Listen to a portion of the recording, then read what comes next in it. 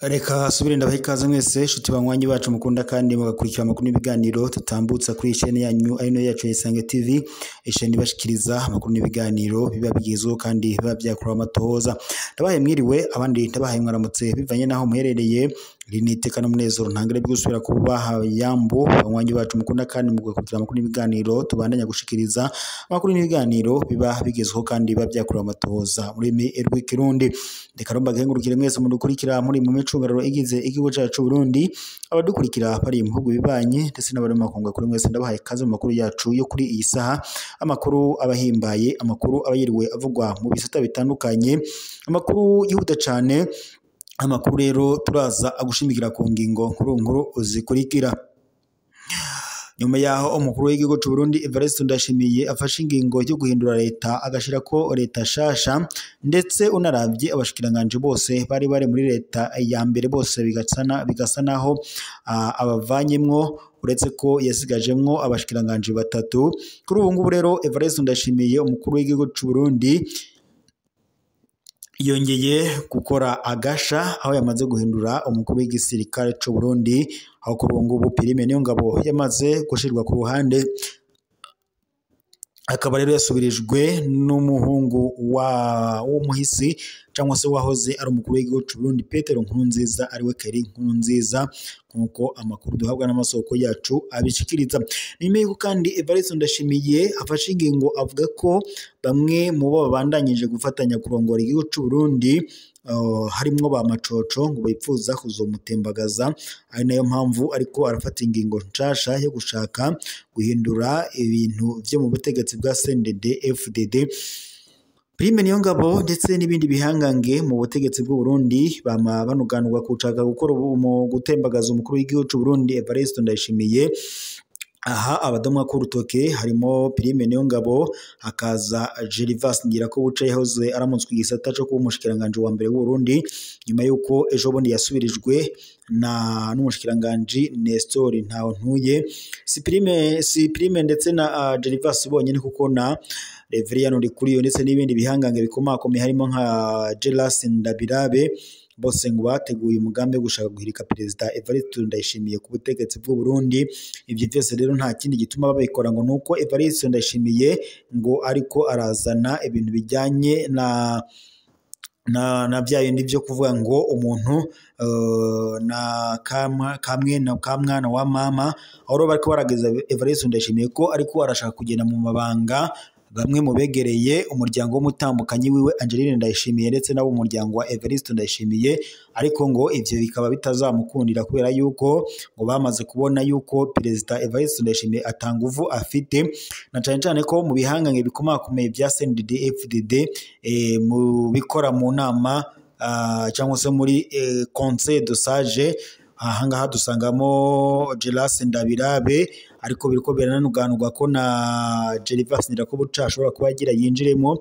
Sibo bonyine rero kubera yuko harimo n'abandi bakomakomeye cyane, aba bose rero kandi bahoze bari mu irarya rya Petero Nkurunziza, barazi ico bagwanira.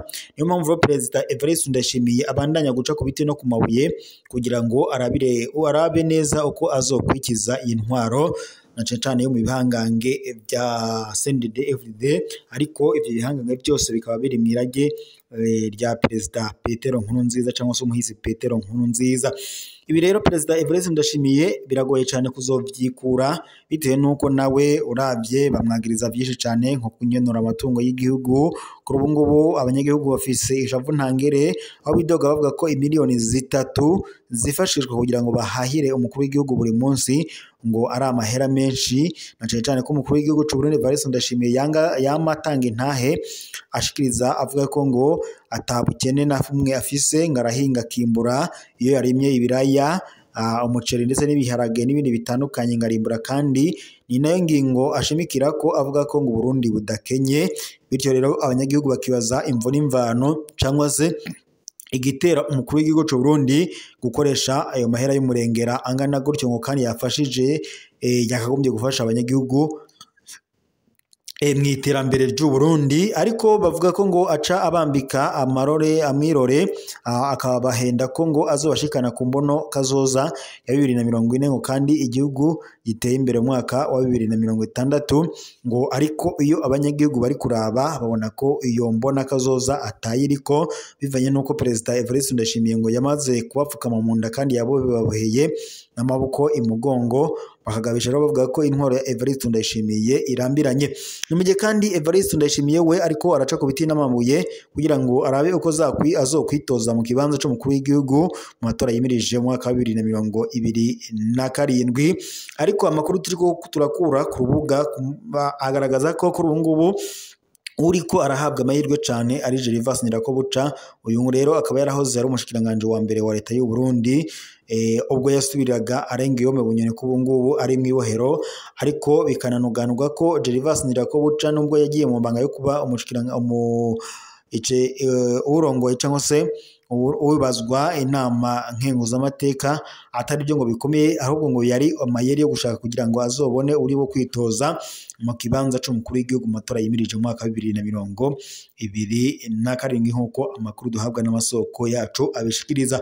Perezida rero Evariste Ndayishimiye mu gushaka guca agacerende cyangwa se mu gushaka guhindura neza cyane agashinga leta shasha kandi igizwe n'abo ashaka kuzoza aritegekera cyangwa se akifatira mu minwe, afashe ingingo yo guhindura n'igisirikare. Ubu ngubu Prime Niyongabo yahoraga aramuswa igisirikare cy'u Burundi yamaze gukomborwa. Kuri ubu ngubu rero hashizwe ko umuhungu w'umuhisi Petero Nkurunziza Keri Nkurunziza niwe agira aramutswe igisata kijanye n'igisirikare mu Burundi. Kuri ubu rero amakuru aturuka mu begereye umuryango wa Petero Nkurunziza na cyane cyane umutambukanyi w'umukuru w'igihugu w'umuhisi Petero Nkurunziza arafise umunezero ntangere, ariko aratamba, ariko aravuga ko umukuru w'igihugu cy'u Burundi Evariste Ndayishimiye ingingo afashe inezereye abanyagihugu b'u Burundi, na cyane cyane ko n'ubundi uyu Prime Niyongabo bariko baramwagiriza ko ngo ariko arakorana n'abaroberi bo muri Repubulika Iharanira Intwaro ya Kongo, ariko ngo bakaba bafise umugambi wo gushaka guhirika ubutegetsi bwa Evariste Ndayishimiye. Rero kuri ubu ngubu Prime Niyongabo nawe yamaze gufatwa nkaho ari macoco bivanye nuko ngo ariko arashaka kugambanira umukuru w'igihugu, aho ariko arakorana n'imigwi yitwaje ibigwanisho ikorera mu buseruko bwa Repubulika Iharanira Intwaro Rusange ya Kongo. Kuri ubu ngubu rero mu Burundi hongeye kuba impinduka zihuse. Prime Niyongabo ntabwo akiramutswa igisirikare cy'u Burundi, ahubwo camaze kugenwa ico kibanza. Kuri ubu ngubu kirimwo Keri Nkurunziza umuhungu wa Petero Nkurunziza. Naho obukinanya naho rero igitero c'imipanga ku Ndava umuntu umwe yishwe, babiri barakomeretswa. Kuwa gatanu Nyandagaro 2025 umutekano wo mwijoro warahungabanye ku mutumba Bwiza ya kabiri muri zone Ndava ya komine Bukinanya n'intara ya Bujumbura uburengero bw'u Burundi, mu gihe haba igitero gikomeye mwijoro ryo kuri uwo wa mbere rishira wa kabiri. Abantu bitwaje imipanga barateye urugo rwa Elifanse Miburo w'imyaka 60 bamwica bunyamaswa. Kubwo babishinga ntahe babibonye abo bagizi ba nabi baratemaguye nabi ndetse n'abandi bo muri uwo muryango. Karini Nzeyimana umukenyezi w'umuhisi w'imyaka 50 n'umwana w'imyaka 10 baratemaguwe cyane mu mutwe, baciye bajanwa byihuta mu ivuriro ryaho, bikavuga ko rero barembye cyane. Umwe mu mbonerakure yahagaritswe, abo bakurikiranywe nabo ngo kuri ubu ngubu bakaba bamaze guhunga. Umukuru w'umutumba wa Ndava Samuel Karenzo yaremeje ibyabaye kuwa kabiri mu gitondo. Kuva twumvise induru twaciye dutabaza inzego z'umutekano, turanararika abanyagihugu baraza gutabara. Umwe mu babikekwa bo ko bari muri ico gitero ni Martin Nsengiyumva umuyabaga, akaba kandi n'imbonerakure yarahagaritswe aho nyene, abandi barahunze, niko uyu mukuru w'umutumba yamenyesheje. Imbonerakure ni abanywanyi b'umuhari rw'urwaruka rw'umugambwe uri ku butegetsi wa CNDD-FDD. kubw'amatohoza ya mbere bagize ico gitero ngo baturuka muri zone ya Gahabura abo kandi aho ni umuhisi yahoze aba imbere yo kwimukira mu Bwiza ya kabiri haraheze imyaka ishika 10. Icatumye ico gitero kiba ngo ntikiramenyekana, amatohoza akaba ariko arakorwa, umutekano wama wahungabanye kubera ubwoba ubwo bugizi bwa nabi buhora bwibonekeza. Umukuru w'uwo mutumba yahamagariye indongozi gusaba ko ubutungane bukora, ubwo ngo bunyamaswa ntibushobora kwijana budahanywe, ni ihungabana ry'umutekano mu kibano cose. Ico gitero ciyongereye ku rukurikirane rw'ibindi bitero bimaze amezi menshi bihungabanya komine ya Bukinanyana. Inzego z'umutekano zibandanya zirondera abakoze iryo bara kugira ngo kibatore kuko ngo bakiri mu okinyegero. Reka dusimbukire mu yandi makuru rero kubiriko biravugwa n'ubundi ngaha mu Burundi. Turabira hamwe mu gihe Gervas Ndirakobuca kuri ubu ngubu uwahozwe ari umushikiranganje wa mbere w'u Burundi wakahise yiyamirizwa cyane, yatowe kurongora inama nkenguzamateka y'u Burundi. Kuwa 5 Nyandagaro uyu mwaka Gervas Ndirakobuca yahora ari umushikiranganje wa mbere w'u Burundi akaba ndetse n'intwazangabo nkuru mu gipolisi, yatowe ku majwi 100% ngo abe umukuru w'inama nkenguzamateka y'u Burundi kuri uyu wa kabiri, mu gihe hatanguzwa ku mugaragaro inama nkenguzamateka igira 7 Igitega ku mugwa mukuru wa politike u Burundi. Itorwa ryiwe rikomeza ubutegetsi no kuganza ku mugambwe uri ku butegetsi wa CNDD-FDD wahoze ari umuhari w'abagwanyi, ubu waje kuba umugambwe uri ku butegetsi ukaba kandi wiganziye inzego hafi zose mu gihugu. Mwikoraniro ryatunganije ico kiringo gishasha hatowe abagize ibiro bishasha by'inama nkenguzamateka bose bakaba bava mu mugambwe uri ku butegetsi wa CNDD-FDD. Gervas Ndirakobuca azwi ku izina rya Ndakugarika bisigura ndakwica, yaronse amajwi y'abasenateri bose bari bitavye. Uwo yahoze kandi ari umushikiranganje w'intwaro yo hagati, iterambere rusange n'umutekano, yabaye umukuru w'ibiro bikuru vy'iperereza SNR imbere yuko agirwa umushikiranganje wa mbere mu kwezi kwa Ruheshi 2020 asubiriye Arengiyome Bunyoni ubu afungiwe mw'iboro rikuru rya Gitega. Gervas Ndirakobuca aturuka i Bukinanyana mu ntara ya Bujumbura komine mu burengero bw'igihugu. Ndirakobuca kandi ni umuntu benshi batinya, yarafatiwe ibihano na Amerika ndetse n'Uburaya hamwe ndetse na Amerika azira amabi yakoreye abanyagihugu bari mu myiyerekano biyamiriza ikindi kiringo cateye impari c'umuhisi umukuru w'igihugu c'u Burundi Petero Nkurunziza muri 2015 no mu myaka yakurikiye.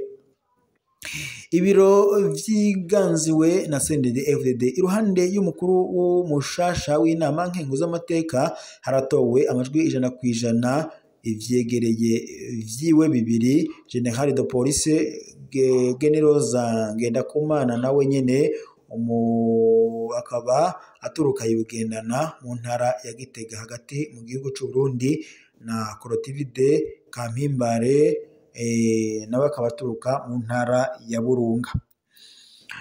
Mu mushuhirano abo bakenguzamateka baciye bameza 100% itorwa rya Nestor Ntahuntuye ku ntebe yo kuba umushikiranganje wa mbere w'u Burundi, akaba ari we yasubiriye Gervas Ndirakobuca.